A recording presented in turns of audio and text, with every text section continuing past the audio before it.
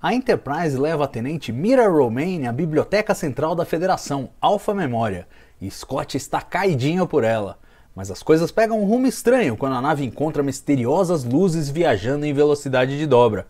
Este é The Lights of Zetar, episódio da terceira temporada de Jornada nas Estrelas que vamos revisitar agora. Bem, vamos falar de The Lights of Zetar, uma história que, olha, em algum lugar aí tinha uma boa trama para ser realizada, mas vamos combinar que no final o resultado, infelizmente, é muito simplório, fica muito aquém do que se esperaria de um episódio de Jornada nas Estrelas. Não é de todo inesperado, considerando que estamos na terceira temporada, a mais problemática e tal, mas ainda assim deixa a desejar, né? Uma história que começa com um casal de roteiristas, a Sherry Lewis e o Jeremy Tarsher. Eles eram um casal mesmo, um casal casado, né? Ela era famosa porque era uma marionetista. Ela trabalhava com o personagem Lamb Chop, era uma ovelhinha né, esse carneirinho fofinho e tal, e ela fazia programas infantis.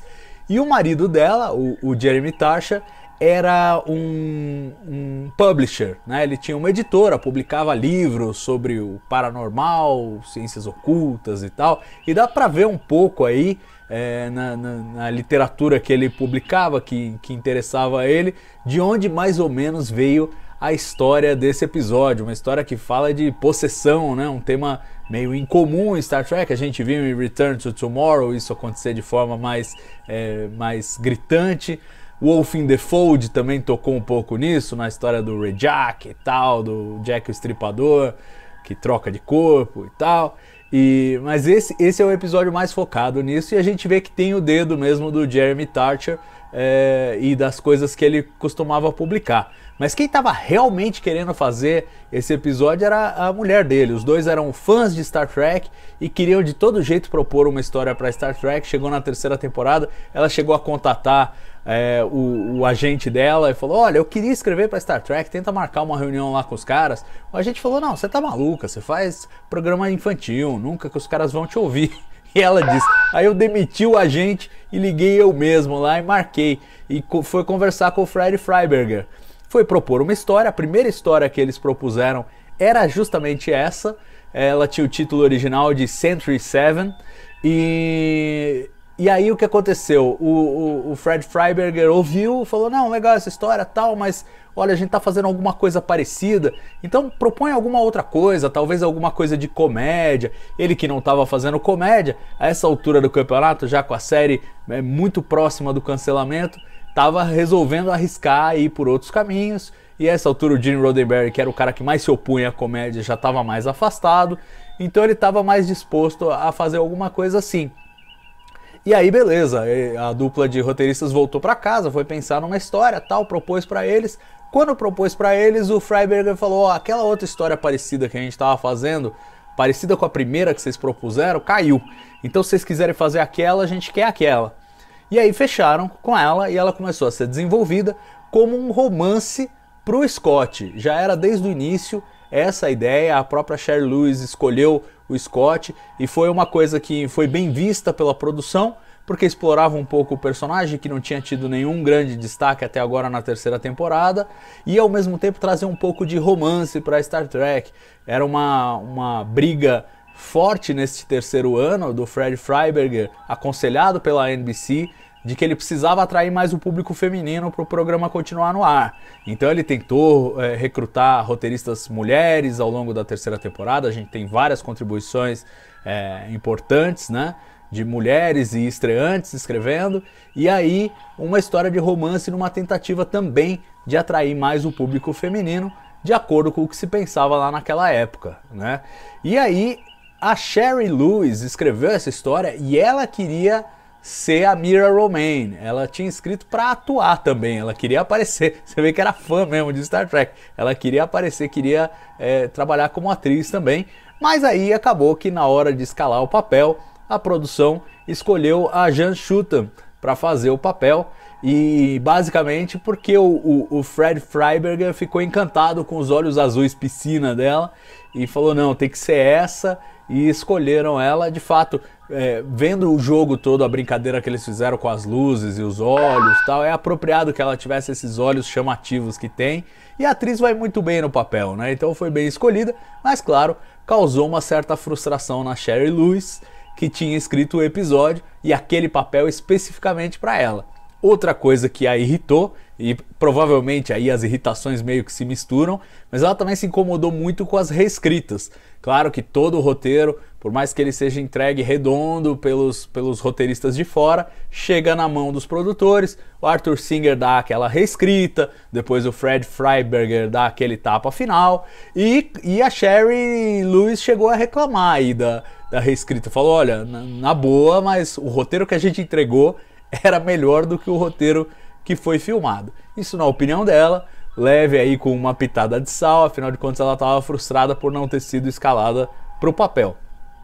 E essa não foi a única escalação controversa aí ou de descontentamento, porque também apareceu um diretor que nunca tinha trabalhado com Star Trek, o Herb Kamwith, e não foi uma escolha da produção, foi uma coisa meio goela abaixo, porque quem tinha recomendado ele foi a Lucille Ball, né, a dona da Desilu, que aprovou Star Trek e abraçou Star Trek nas 2 primeiras temporadas antes de vender o estúdio para a Paramount. E ela falou com o Gene Roddenberry e falou, olha, queria arrumar um trampo para esse meu amigo, diretor, tal.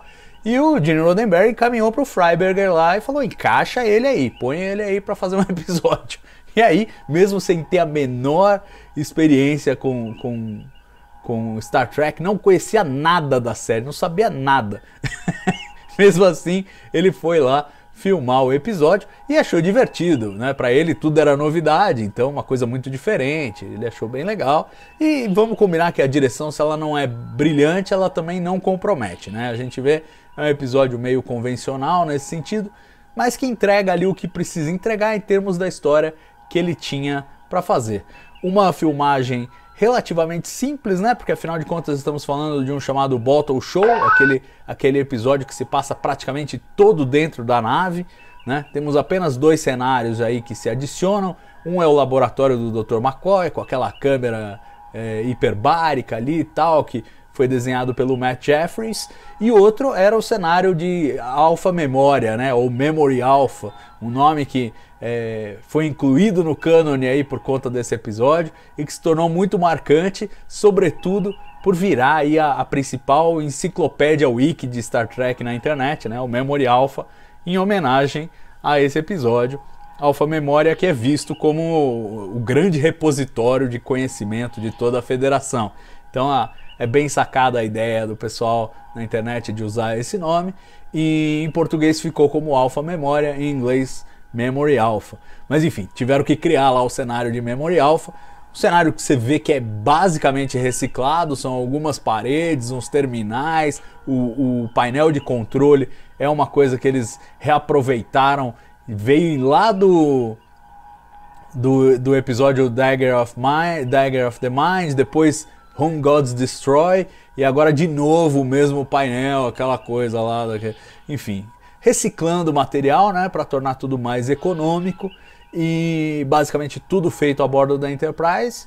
E aí acabou que o episódio foi relativamente barato de produzir, né, até com uma única convidada, aí, atriz convidada, né, de peso no elenco, ficou mais fácil de produzir esse episódio, e apesar disso levou 7 dias para ser produzido. Claro, o Ken Wyeth não era um diretor da casa, né? Não conhecia bem a série, teve uma certa dificuldade para manter o cronograma, acabou estourando em um dia, era para ser 6 dias, foi em 7 dias, mas a economia foi tão grande ao longo da produção que mesmo assim isso não abalou o custo do episódio. Um episódio que pode até abusar, digamos, de alguns luxos que fazia tempo que Star Trek não tinha, como por exemplo encher os corredores da Enterprise de tripulantes, né? Incluir alguns figurantes e tal, coisa que nos episódios do 3º ano é raríssima. Normalmente os corredores estão sempre vazios, são sempre os personagens principais, porque faltava grana mesmo para pagar os figurantes. Nesse caso, deu para contratar alguns figurantes e a gente vê os corredores da Enterprise mais agitados, como a gente costumava ver no 1º e no 2º anos. Curiosamente, O Kenwith, o diretor, quando terminou esse episódio, depois ficou frustrado com a edição final. Porque afinal de contas o diretor vai lá, entrega, ele dá um corte bruto no episódio e depois cabe aos produtores dar o corte final junto com o editor responsável pelo episódio, dar o corte final. E aí algumas coisas mudaram de ordem, né? Então aquela cena que abre o episódio do Scott falando com a Mira Romaine e tal, e que já ilustra bem ali o romance dos dois, ela antes acontecia mais pro meio do episódio, eles puxaram pro começo, escreveram depois das filmagens aquele diário de bordo do Kirk na abertura para emendar tudo e para já dar uma agilizada na história. E o Kenwith ficou um pouco frustrado com isso. A gente não sabe como foi o corte original dele, né? Se teria sido mais fluido, mas de toda forma eu acho que esses pontos aí que foram modificados, que a gente sabe que foram modificados, não prejudicaram. Eu acho que funciona bem aí. E no final das contas temos um episódio que terminou com um gasto de 166 mil dólares, quer dizer, bem abaixo do orçamento ali que eles tinham por episódio na terceira temporada, que estava ao redor de 178 mil. E aí o lucro de Star Trek na terceira temporada começava a se elevar, já começava a ter uma sobrinha ali de quase 20 mil dólares. Lembrando que no episódio anterior eles justamente conseguiram virar do negativo para o positivo, e nesse ampliaram o positivo, mostrando que do ponto de vista de gerenciamento de custos, a temporada do Fred Freiberger foi bem, né? Para os contadores de centavos da Paramount funcionou super bem. Infelizmente, o sacrifício veio na forma das histórias, da lógica. Esse episódio mesmo, quando o roteiro foi submetido aos consultores científicos, eles apontaram, olha, tem um monte de coisa que não faz o menor sentido, uma forma de vida assim, assado, se estiver viajando a velocidade superior à da luz, a tripulação de cara tem que sacar que não é um fenômeno natural. Isso eles até incluem no roteiro, né, essa dica do pessoal da consultoria científica. Mas enfim, a gente vê que é um episódio que tem esses problemas, né? Originalmente no roteiro era para ser assim, a forma de destruir o pessoal de Zetar lá, as luzes, era por temperatura. E aí os consultores científicos falaram, não, mas veja, baixar a temperatura não vai resolver, porque o espaço já é 3 graus, 3 Kelvin, né?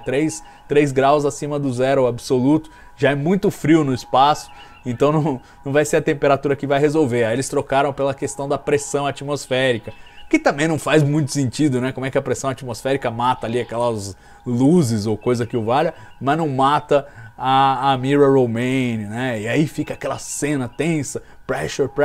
Então tem um monte de problemas e acaba que é um episódio que não é muito bem construído. Mas diante do que poderia ser um episódio do terceiro ano, até que ele segura as pontas.